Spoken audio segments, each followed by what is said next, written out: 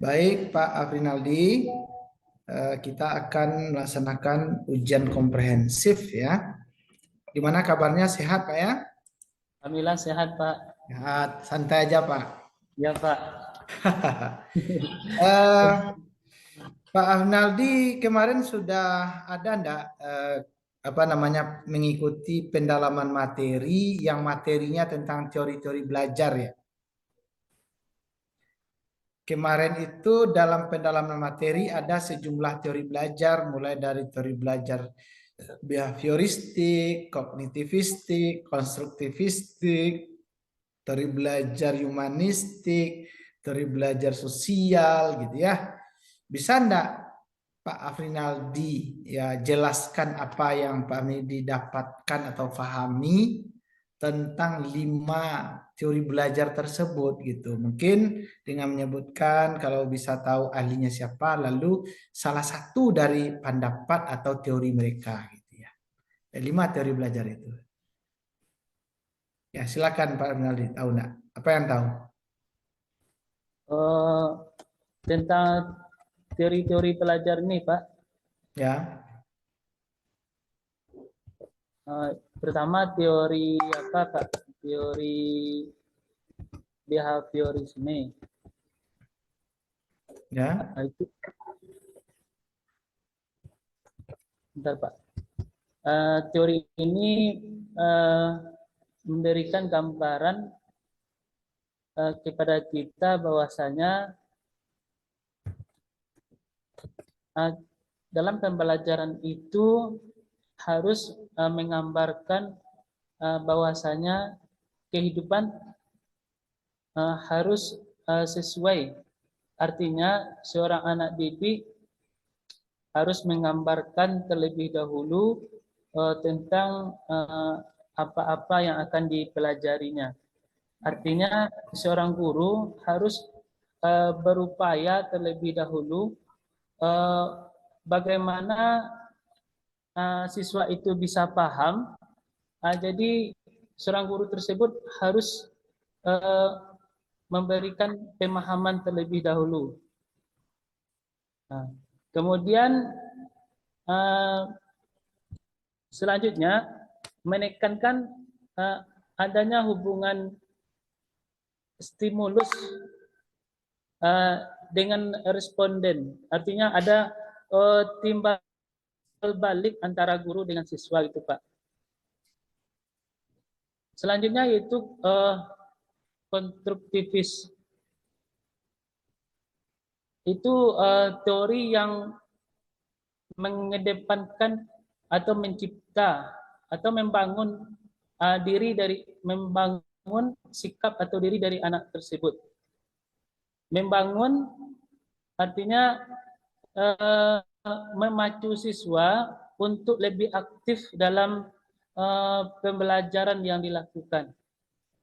Jadi di situ digambarkan bahwasanya nampak kelihatan bahwasanya anak tersebut aktif dengan diberikan penjelasan-penjelasan atau masalah yang terjadi di lingkungannya.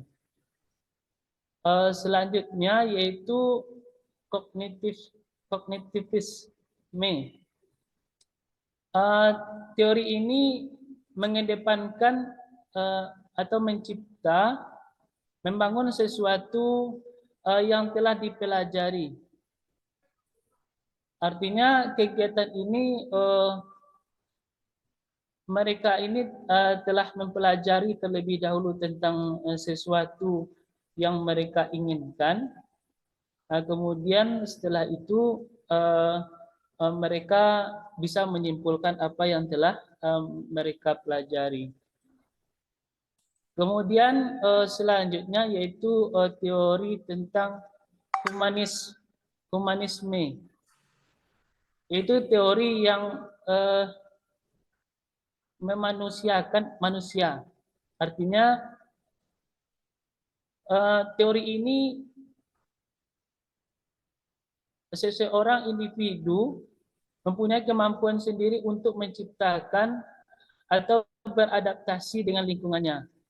Sehingga kegiatan itu bisa dilakukan dilakukan di dalam kehidupan mereka sehari-hari.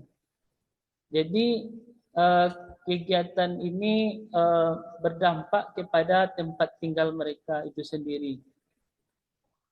Jadi di sini digambarkan bahwasanya teori teori ini memberikan pelajaran kepada peserta didik bagaimana seharusnya kita mengaplikasikannya.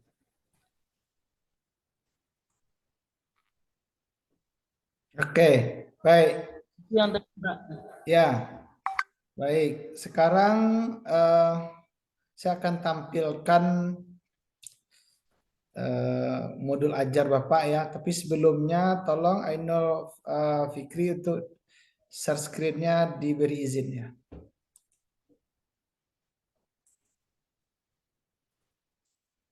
Oke, sudah. Baik. Sekarang sudah tampil enggak di layar Pak Afrinaldi? Sudah tampil sekarang? Udah, Pak. Ini yang sudah di-upload ya? Iya, Pak. Oke. Modul ajar sederhana pada kurikulum Merdeka. Di sini ada CP nih Pak. Tapi sebelum ke CP ini semester kelas SMP kelas semester ya kelas 7 semester 1. Kalau semester kalau kelas 7 itu fase apa itu Pak? Fase E, Pak. Fase itu apa saja adanya Pak dalam kurikulum mereka itu? Fase itu ada fase A, Ya. kemudian fase B, fase C. Ya, fase C itu kapan untuk siapa tuh Pak? Kelas berapa? C itu untuk kelas 7 sampai kelas 9, Pak. Oh gitu ya? Kalau apa ini kelas 7 tuh fase apa sekarang tuh Pak? Fase C ya? C. Kalau C kelas Nah, Pak Fahmi nanti lagi ya. Ini harus Pak buat kan fasenya. Oh, fasenya, Pak. Ya. Karena dalam kurikulum Merdeka itu tidak ada lagi kelas semester begini. Oh iya, Pak. Tapi dia ada fase. Jadi ganti semester itu dengan fase, Pak? Iya, kelas ini tidak ada, kelas 7 tidak ada dalam kurikulum Merdeka. Oh iya. Nah, yang ada itu fase yang ada. Jadi Pak Fahmi lagi nanti ya. Ya, Nah, Pak. ini kalau di kelas 7 ini itu udah fase D ya. Fase D. Ya. Baik. Ini ada CP nih Pak. CP itu apa nih Pak? CP itu capaian pembelajaran dalam materi tersebut, Pak, dalam materi sholat. Maksudnya CP ini kita rumuskan atau gimana nih Pak? CP itu sudah ada, Pak. Di mana ada Pak? CP itu telah dibuat dari Kemendikbud, kemudian kita turunkan. Oke, berarti kita tinggal ngambil aja ini lagi Pak ya? Iya, Pak. Ya. Lalu ada TP nih Pak. Apa itu TP nih Pak? Tujuan pembelajaran yang kita lakukan, Pak. Oh. Jadi tujuannya di sini ada Pak buatkan 5 ini. Lalu apa maksudnya yang dihitam-hitamkan ini nih Pak? Untuk memperjelas, Pak, untuk mempertegas itu Apa yang ditegaskan Pak? di mana pada pembahasan yang pertama seorang siswa itu mampu menguraikan pengertian hakikat. Menguraikan itu kan Bapak tebalkan itu. Menguraikan itu kalau Benjamin S. Bloom itu masuk yang mana Pak? Menguraikan. Ya. C berapa itu? Itu udah C C4, Pak. C berapa? C4. C4. Kalau merincikan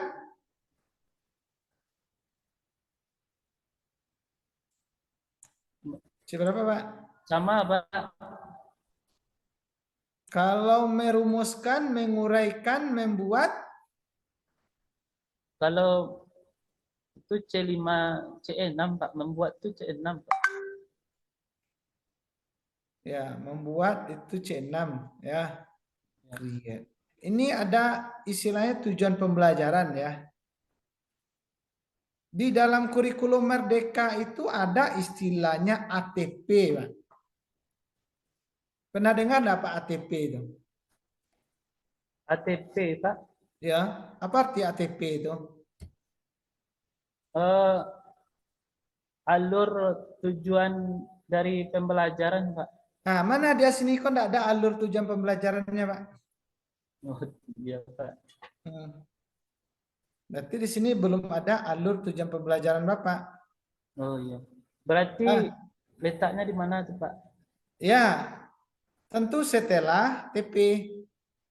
Setelah itu. Ya. Apa pemahaman Bapak tentang ATP, Pak?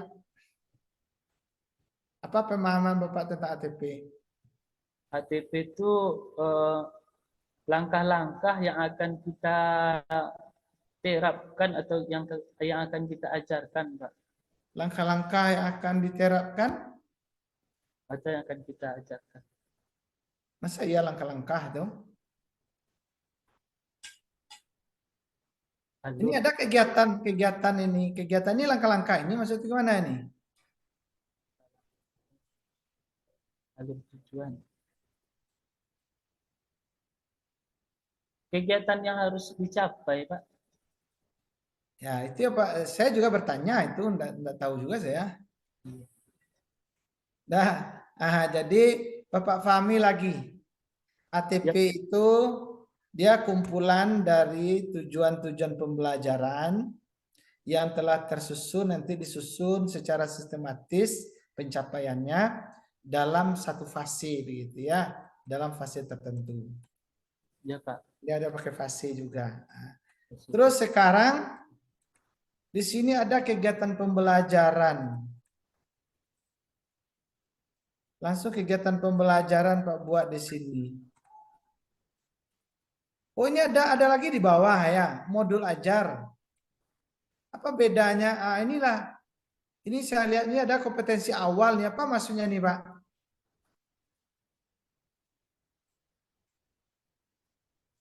Kompetensi awal siswa Ya. menerima pelajaran. Kompetensi awal ini di mana kita dapatkan ini? Atau kita yang merumuskan gimana, Pak? Kita yang merumuskan, Pak. Jadi maksudnya gimana nih?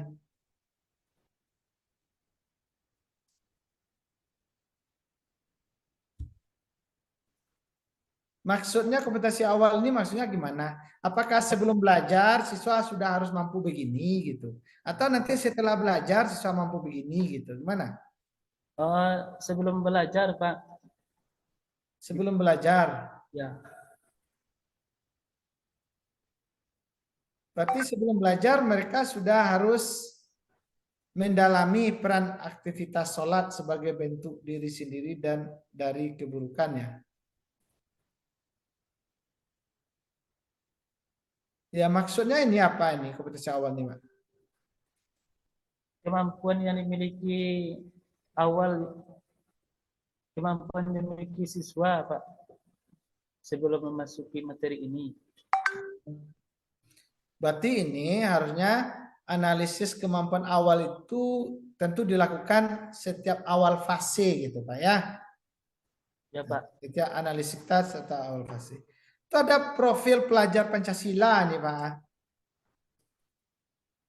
Nah, Bapak tahu enggak apa saja elemen profil pelajar Pancasila aja Pak? Elemennya itu ketuhanan. Nah, yang kedua yaitu tentang gotong royong. kemudian kebinekaan global, kemandirian, kearifan, dan bernalar kritis. Ya, cuman susunannya ada berapa jumlahnya, Pak? Ada 5, Pak. 5 apa 6 atau 7?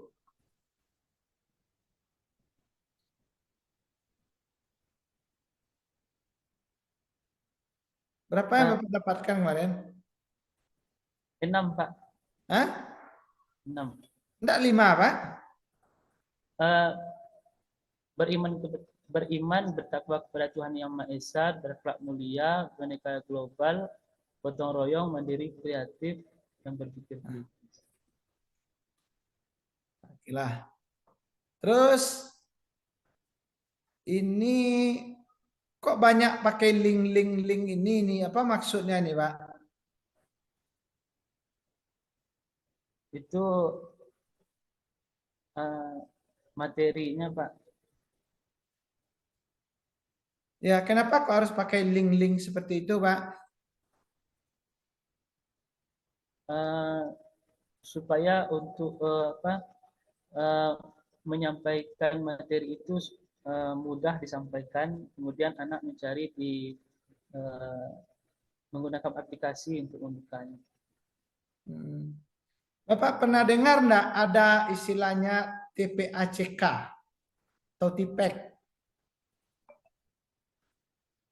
Ada, Pak. Apa itu TIPEK, Pak? Itu pembelajaran yang menggunakan teknologi. Kepanjangannya tahu enggak, Pak, itu TIPEK itu, Pak? TPACK. Ya. Enggak, Pak. Oh, enggak ya. Baik. Sekarang saya tanya lagi, Pak. Untuk asesmen ini, asesmen dalam kurikulum Merdeka itu apa saja bentuknya, Pak? Dan kapan dilakukan? Kalau dalam kurikulum Merdeka itu asesmennya ada di awal, Pak. Nah, itu namakan dengan tes formatif. Formatif. Di awal. Ya. Kemudian ada tes sumatif. Kalau yang diagnostik ini, Pak?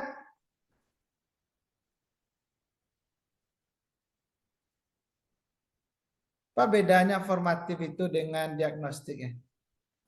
Kalau diagnostik itu pertanyaan yang memberikan semangat atau motivasi anak untuk belajar, Pak.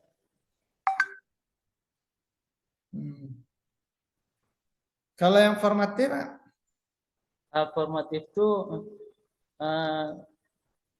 kemampuan anak untuk memahami materi yang akan dipelajari. Kalau sumatif? Kalau sumatif itu kegiatan penilaian dilakukan setelah mempelajari materi yang kita ajarkan. Sumatif itu berapa kali adanya, Pak? Sekali atau berkali-kali itu, Pak? Kalau sumatif itu sekali, Pak.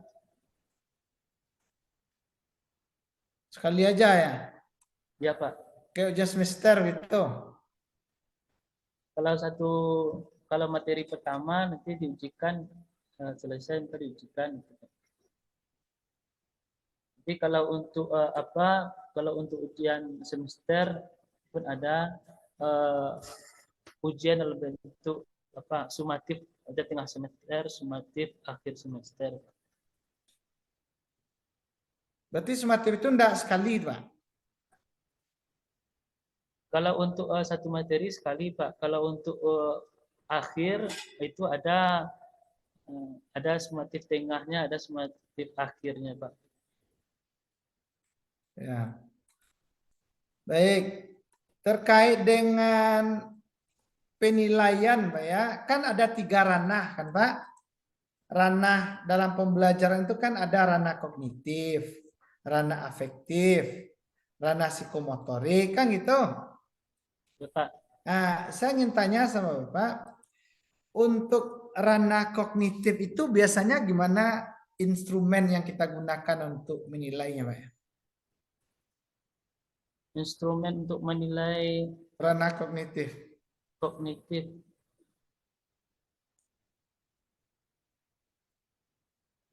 Gimana?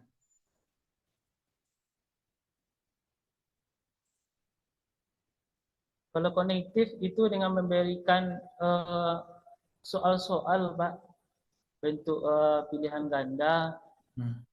Kalau ranah afektif, Pak? Kalau afektif itu eh, dengan apa, Pak? Dengan angket atau dengan teman sejawat bisa juga. Ya. Kalau psikomotoriknya? Kalau psikomotorik itu eh, menilainya dengan apa? Dengan prakteknya, Pak. Praktek.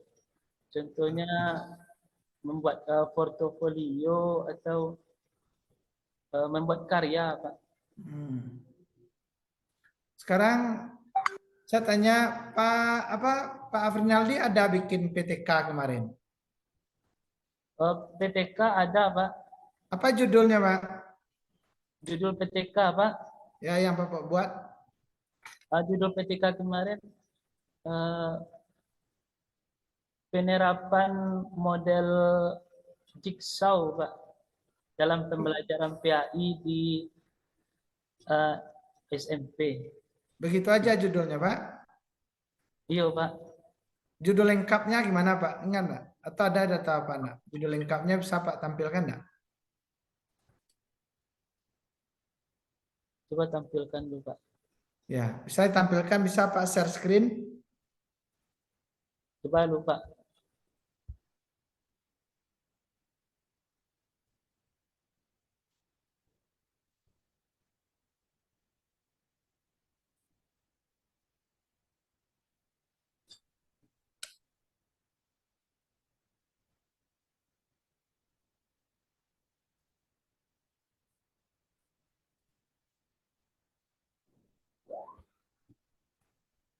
Tampil, Pak.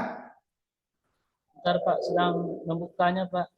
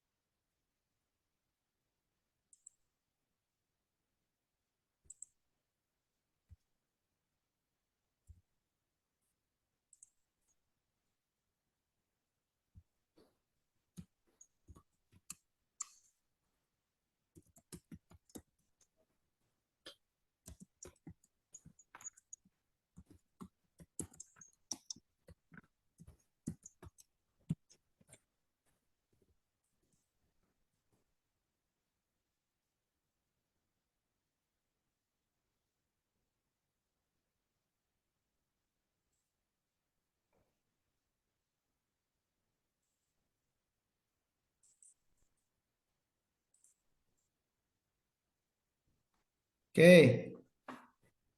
Judulnya penerapan metode jigsaw dalam meningkatkan motivasi belajar. Oke. Baik. Jadi kalau PTK itu harus ada kata-kata meningkatkan. Nah, ya. Ya, Pak. Oke. Berapa siklus kemarin ya, Pak? 4, Pak. Hah? Berapa siklus?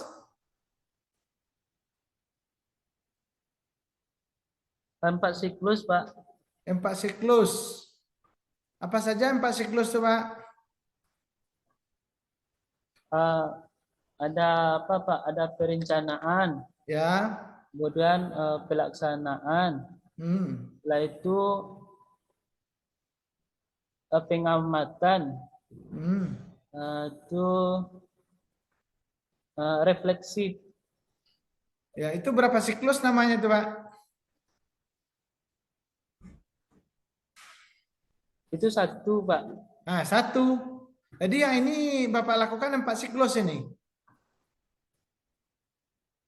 Satu, Pak. Hah? Kalau satu enggak PTK juga dia namanya. Nah, itu. Berapa siklus Pak lakukan? 4 siklus, Pak. Enggak ada 4 siklus. Paling-paling itu 2 siklus. Siklus pertama, terus nanti Pak coba lagi di siklus kedua. Ya, nah, kalau 4 siklus tuh terlalu sudah 4 minggu PTK terus itu.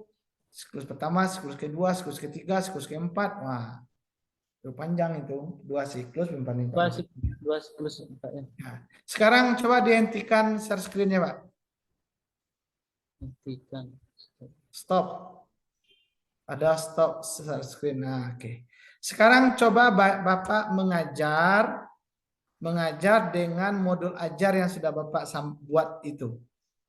Nah, gimana cara Bapak ngajar dengan modul ajar yang sudah ada itu? Anggap di sini ada siswa Bapak gitu. Silakan Bapak ngajar. Ya, Pak. Baik. Assalamualaikum warahmatullahi wabarakatuh. Alhamdulillahirabbil alamin. Salatu wassalamu ala asrafil anbiya'i wal mursalin wa ala alihi wa ashabihi Rasulillah ajma'in. La nabi abada amma ba'du.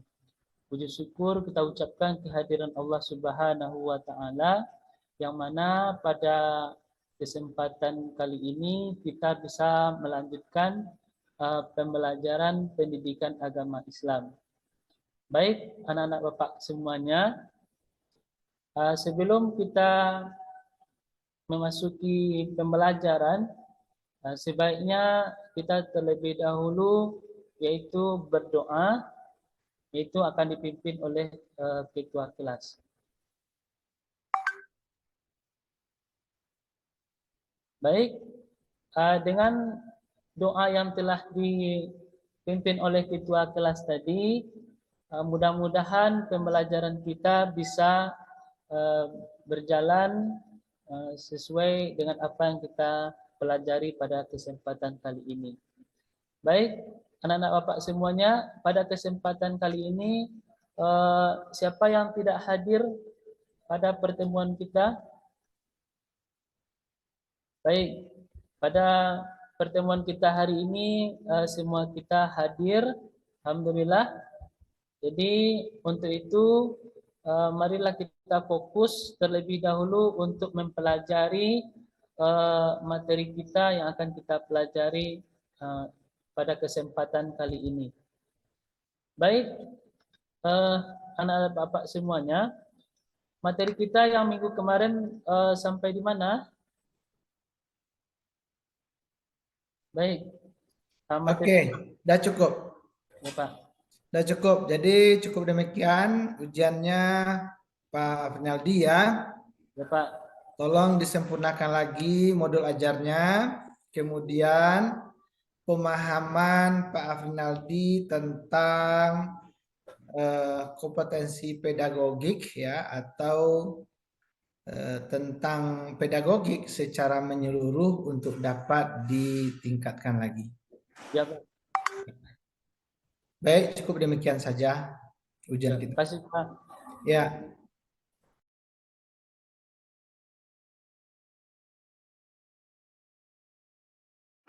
Baik, Assalamualaikum warahmatullahi wabarakatuh. Waalaikumsalam warahmatullahi wabarakatuh.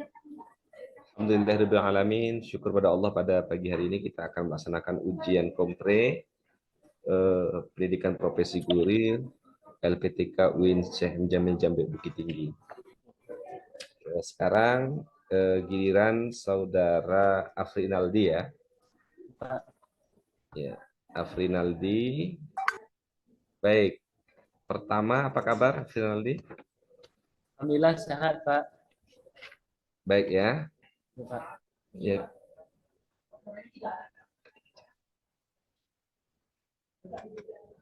Oke. Untuk bidang profesional ada 2 pola ujian yang akan Bapak berikan. Pertama, akan meminta saudara Afrinaldi untuk menyampaikan materi-materi sesuai dengan apa yang diupload kemarin untuk disimulasikan nanti di kelas di forum ini. Kemudian yang kedua nanti apa akan menguji kemampuan baca tulis Al-Quran, karena ini menjadi kompetensi yang harus dimiliki oleh guru PAI. Maka nanti saudara Afrinaldi diminta untuk membacakan ayat Al-Quran serta menuliskannya. Ini akan menjadi kompetensi yang harus dimiliki oleh seorang guru PAI terkait dengan penguasaan Al-Quran. Baik, saudara Afrinaldi, pertama saudara sudah mengupload tugas kemarinnya untuk Nah, Pak, apa saja yang materi yang diupload kemarin? materi yang diupload kemarin yaitu yang pertama mengenai sholat, yang kedua yaitu mengenai sujud syukur, kemudian penyelenggaraan jenazah. Berarti ada 3 hal ya, sholat, sujud syukur, dan penyelenggaraan jenazah. Untuk 3 materi ini sudah pernah disampaikan di kelas? Yang tahun sebelumnya udah, Pak. Oh, sebelumnya udah, berarti sudah pernah menyampaikan. Oke, hari ini Afrinaldi akan diminta untuk membuat simulasi bagaimana mengajarkan materi ini. Bapak hanya akan mengambil salah satunya berkenaan dengan sujud syukur. Silakan Afrinaldi jelaskan atau simulasikan ruangan ini sebagai sebuah ruang kelas di mana Afrinaldi menjelaskan atau menyampaikan materi pembelajaran berkenaan dengan sujud syukur. Silakan. Baik, terima kasih, Pak. Baik, Assalamualaikum warahmatullahi wabarakatuh. Alhamdulillah, alhamdulillahirabbil alamin. Assalatu wassalamu ala asyrofil anbiya wal mursalin wa ala alihi wa ashabihi Rasulillah ajmain. La nabiyya ba'da amma ba'du. Baik, Ananda semua, pada kesempatan kali ini kita akan belajar pendidikan agama Islam. Maka sebelum kita belajar sebaiknya ketua kelas yaitu menyiapkan kelas dan memimpin doa. Baik, dengan pembacaan doa yang telah dipimpin oleh ketua kelas tadi, maka pembelajaran kita mudah-mudahan bisa berjalan dengan lancar. Kemudian kegiatan kita ini diberkahi oleh Allah dalam pembelajaran kita dari awal sampai akhir hendaknya. Baik, Ananda semua, pada kesempatan kali ini siapa yang tidak hadir? Oke, baik. Jadi dalam pembelajaran kita pada kesempatan kali ini semuanya lengkap, hadir semuanya. Alhamdulillahirabbil alamin. Baik, Ananda semua, minggu kemarin kita sampai di mana materi kita? Baik, ya materi kita minggu kemarin yaitu mengenai sholat. Baik, pada kesempatan kali ini kita akan memasuki yaitu materi baru yaitu sujud syukur. Ananda semua, sebelum kita melakukan materi atau pembelajaran kita, yaitu Ananda Bapak kasih dulu pemahaman Anda tentang materi kita ini, yaitu silahkan kerjakan soal yang Bapak kirim di link ini. Baik Ananda, dengan soal yang Ananda kerjakan tadi, jadi ada yang mendapatkan nilai yang tinggi, ada yang sedang, bahkan ada yang rendah. Tidak masalah, karena ini merupakan tes awal dari pembelajaran kita. Baik Ananda semua, materi kita yaitu tentang sujud syukur, di mana tujuan dari sujud syukur tersebut, Ananda semua, tujuannya yang pertama, tahu atau mengerti tentang pengertian sujud syukur. Yang kedua, mengenai tata cara dalam pelaksanaan sujud syukur. Kemudian yang ketiga, yaitu praktek pelaksanaan sujud syukur. Baik, Ananda semua, di mana kita melihat dalam kehidupan kita, banyak kita lihat bahwasanya orang ketika mendapatkan nikmat dari Allah, mereka sering melakukan sujud. Namun ada juga orang yang mendapatkan nikmat dari Allah, tetapi dia tidak melakukan sujud, bahkan dia biasa-biasa saja. Jadi di situ kita lihat dalam pemahaman kita, apabila kita mendapatkan nikmat oleh Allah, kita harus melakukan yang namanya sujud syukur. Sujud syukur artinya merupakan kita mendapatkan nikmat dari Allah, dan ada juga apabila kita terhindar dari musibah atau mara bahaya, kita lakukan sujud syukur. Jadi Ananda, pada kesempatan kali ini Bapak akan membagi 3 kelompok, yaitu kelompok pertama membahas tentang pengertian sujud syukur, kelompok kedua membahas tentang tata cara pelaksanaan sujud syukur, kemudian kelompok 3 membahas tentang praktek pelaksanaan sujud syukur. Baik, Ananda, silahkan duduk berkelompok pada kesempatan kali ini untuk kegiatan kita selanjutnya. Baik, Ananda semua, dengan pembahasan tadi, Ananda semua telah menampilkan presentasi berdasarkan kelompok 1 sampai 3. Jadi di situ kita sudah bisa melihat tentang bagaimana pelaksanaan dari sujud syukur tersebut. Di mana Bapak akan mengulas sedikit mengenai sujud syukur. Sujud syukur merupakan sujud yang kita lakukan apabila mendapatkan nikmat dari Allah maupun terhindar dari bahaya atau musibah. Kemudian tata cara dalam pelaksanaan sujud syukur. Sujud syukur itu dilaksanakan di tempat yang bersih, kemudian menghadap kiblat, kemudian sujud dilakukan 1 kali dengan membacakan subhanallah, alhamdulillah, wala ilaha illallah, Allahu akbar. Kemudian setelah itu kita bangkit dari sujud. Ananda semua, sebelum kegiatan kita berakhir, Bapak akan memberikan penugasan kepada Ananda semua untuk melaksanakan atau mengerjakan tugas yang Bapak kirim di link berikut ini. Silakan dikerjakan.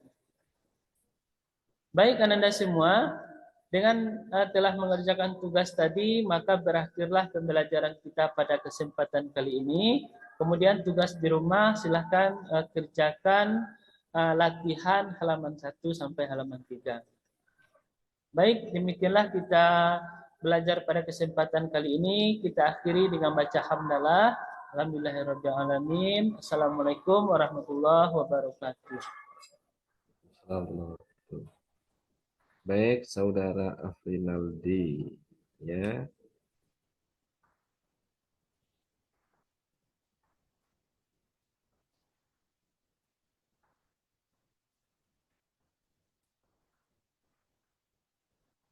Sudah.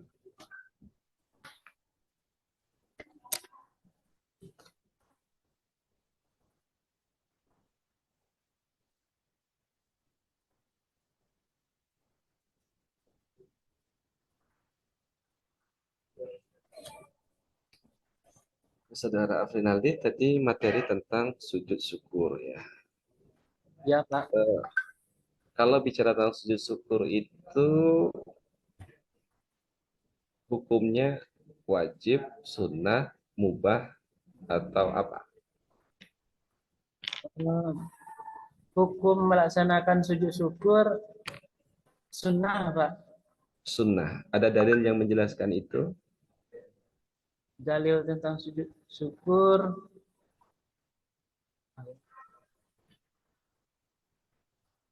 Tidak tahu. tidak tahu, Pak. Kalau dalam materi pendidikan agama Islam itu ada satu tema berkenaan dengan sujud syukur ini, ya. Ada satu materi pembelajaran berkenaan dengan sujud syukur ini. Materi, Pak. Ya.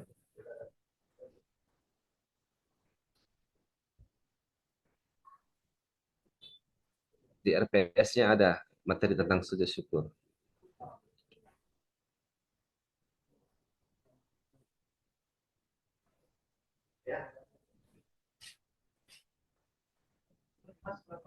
Hmm? Ada Pak. Ada ya. Ada. Di situ ada dijelaskan enggak dalilnya, dasar, kemudian tata caranya, kemudian waktu-waktunya dan tempat-tempat yang dibolehkan atau tidak dibolehkan. Ada dijelaskan. Tidak ada Pak. Cuma pengertian, kemudian secara. Mm-mm. Tidak ada dijelaskan di buku, di apa itu, di materi itu berkenaan dengan sujud syukur ini. Apa saja penjelasan yang ada dalam materi itu terkait sujud syukur? Yang ada pengertian, kemudian tata cara, Mm-mm. kemudian mempraktekkan. Praktek, ya. Berkenaan dengan dalil nggak dijelaskan ya. Dalil tidak ada. Afrinaldi ngajar di tingkat apa? SMP Pak. SMP. Kalau pendidikan agama Islam di SMP itu kalau terhadap ketentuan-ketentuan agama Islam itu tidak dilengkapi dengan dalil, misal sholat, puasa, zakat dan hal-hal lain itu tidak ada dicantumkan dalil-dalil di sana. Ada Pak, mana sholat ada dicantumkan. Kemudian puasa ada. Mm-mm. Tapi terkait sujud syukur ada dalilnya nggak? Sujud syukur Biasanya dalam buku atau dalam materi ajar itu pasti dilengkapi dengan dalil, karena bagaimanapun kalau bicara tentang ketentuan agama maka kita tidak bisa meninggalkan dalilnya, apakah dari Al-Quran, dari hadis, dari ijma, kias, atau tentang hukum Islam lainnya. Karena bagaimanapun kalau kita bicara tentang segala sesuatu berkenaan dengan agama Islam, pijakannya itu jelas, dasarnya itu jelas, ada Al-Quran, hadis, dan yang lain. Makanya sebagai seorang guru pun kita ketika menjelaskan sebuah materi pembelajaran, maka dalil-dalil terkait materi itu harus kita dapatkan dan kita kuasai ya, Rinaldi. ya Pak. Oke. Lalu materi berikutnya tentang apa yang sudah disiapkan? Tentang sholat Pak. Sholat. Kemudian penyelenggaraan jenazah. Tentang sholat apa saja yang sudah disiapkan materi ajarnya? Apa aja ruang lingkup materi ajar sholat itu? Kalau materi sholat itu ruang lingkupnya tentang pengertian, kemudian dalil, kemudian ada dalilnya.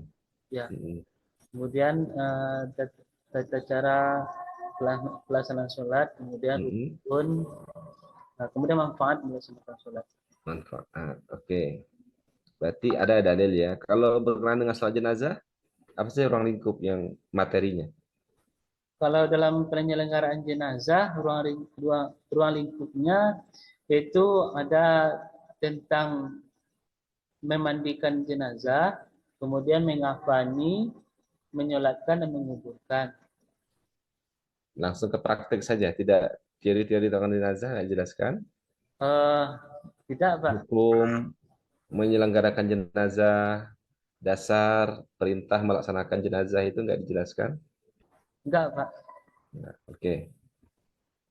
Selanjutnya Pak minta Afrinaldi untuk membacakan satu buah surat dalam Al-Quran, yaitu surat Al-Humazah. Hafal nggak Al-Humazah? Al-Humazah Pak? Ya. Hafal Pak. Ya, coba dibacakan dengan baik dan benar ya. Ya Pak. A'udzu billahi minasy syaithanir rajim. Bismillahirrahmanirrahim. Wa likulli humazatil lumazah allazi jama'a malan wa addada yahsabu anna malahu ahlada kalla la yumbazanna fil hutamah Wa ma adraka mal hutama. Narullahil muqadah. Allati tattali'u 'alal afidah. Innaha 'alaihim muqsadah. Fi amadim mumaddadah. Ya, baik. Selanjutnya silakan tuliskan, ada pena dan kertas. Bentar, Pak.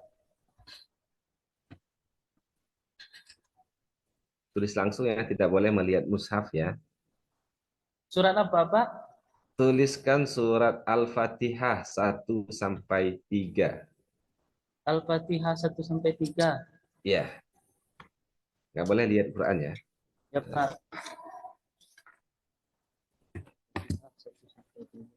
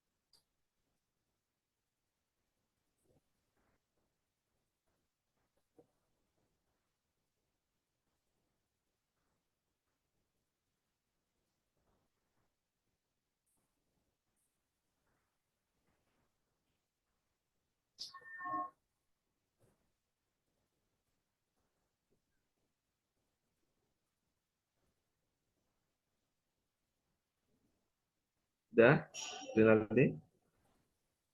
Sudah, Pak. Ya, silakan diperlihatkan.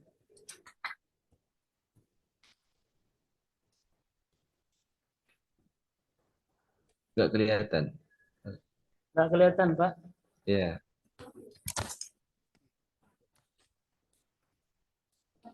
hadapkan ke kamera. Bentar, Pak. Kan, atau dihilangkan backgroundnya. Bentar, Pak. Ya, Tertutup oleh background kayaknya, karena background. Hilangkan background. besar sedikit, Pak.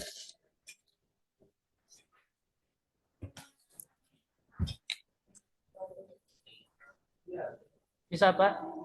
Karena ada background nggak bisa dilihat. Jadi gimana cara Pak? Dimatikan backgroundnya. Coba Silahkan diklik dulu. di atas itu background. Dimatikan Pak. backgroundnya di komputer itu. Di backgroundnya dihilangkan dulu Pak. Iya, background hilangkan dulu. Karena dia akan tertutup oleh background. Bang.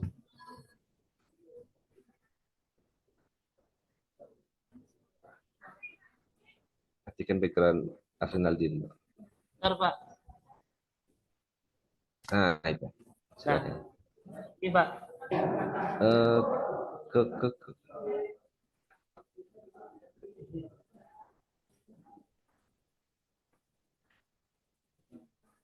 Oke, cukup ya.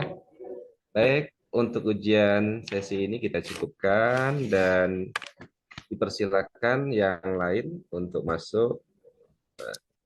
Dan itu saja alhamdulillah ya. Alhamdulillahirrahmanirrahim. Terima kasih Pak. Alhamdulillahirrahmanirrahim. Demikian ya. Assalamualaikum warahmatullahi wabarakatuh. Waalaikumsalam warahmatullahi wabarakatuh.